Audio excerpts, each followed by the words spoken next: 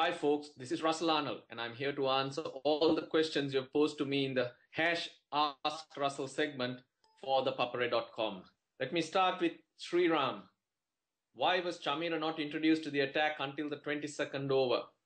This was in the Scotland game, and I had the same question at that stage too. I thought once the 10 overs were done that he would be brought in, but there was rain around. Sri Lanka, looking up, realized that they needed to get to the 20th over as soon as possible.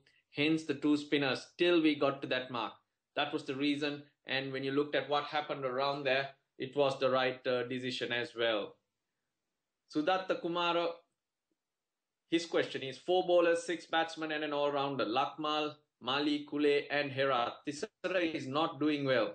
Yes, Tissara is not as consistent as we would want him to be, but yet I think we have to go with him. At number 7, Tissara Pereira adds balance to the Sri Lankan team, and you never know when he can come into his own. And he's probably the only match winner we have down the order as a batsman, and we can get through a few overs. So yes, he has been disappointing, but yet I wouldn't leave him out. Hopefully, he'll come good in the next few games and take Sri Lanka home. Dinet UW. Given South Africa's vulnerability to spin and SCG being a spin-friendly venue, should Sri Lanka play 2 spinners? Well, yes, if the pitch dictates so. We saw a dry pitch against Australia as well, but none of the bowlers, neither did the Sri Lankan bowlers, nor did the Australian spinner Xavier Doughty turn the ball. So hence, I don't think that's the way to go. And we need bowlers who can turn the ball. The Sri Lankan spinners, other than for Herat, I don't think have the ability to turn it square or to pose a threat if you talk of spin alone. South Africa, though, yes, I agree with your points, but I don't think we're going to go that way because none of the pitchers have seemed responsive, and also that the Sri Lankan spinners who do not turn it as much as we think they do. Dinet's got another question. What should Sri Lanka's game plan be? To contain South Africa and chase to bat big and hope South Africa choke? No, the question is all about South Africa.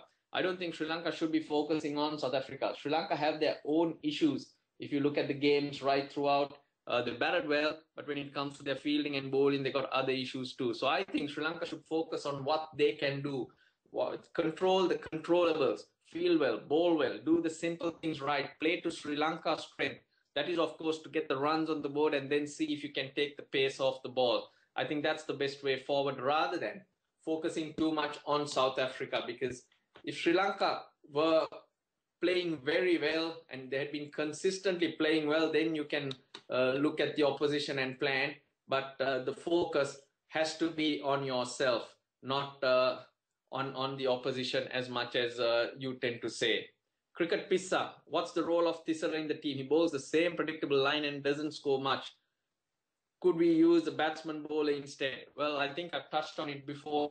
A player like Tissara, a seeming all-rounder who is capable of scoring quick runs down the order, can be a match winner. So we're going on hope there rather than going with any other batsman. We don't have much choice. That's the problem.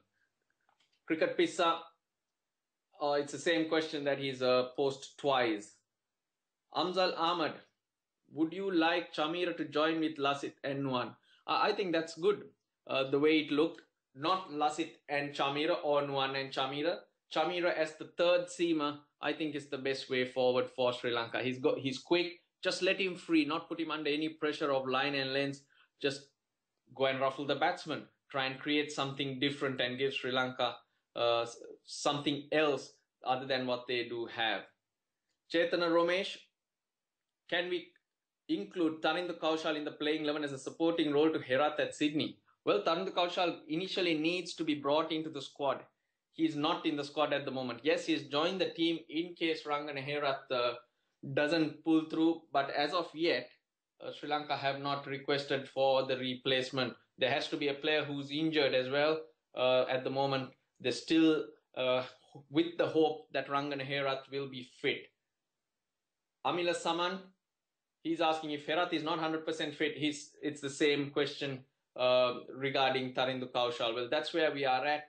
And stick with Chamira. Yes, I think we should stick with Chamira. The combination we played with Scotland, the 6 batsmen, the all-rounder and then the bowlers, is a much more positive team. and I think he'll get the best out of the Sri Lankans. Is it an influence, or do they really believe in him? Eagles, that's his question, and the player he's asking about is Sikuge Prasanna. Well, looking around, I don't think Sri Lanka have any other choice. Sikuge Prasanna was decent when he was brought in for that match against New Zealand in the bilateral series. Hence, when the spinners were falling apart, that's where they had to go to. If you do consider other players in Sri Lanka, there's not much option that the selectors are left with.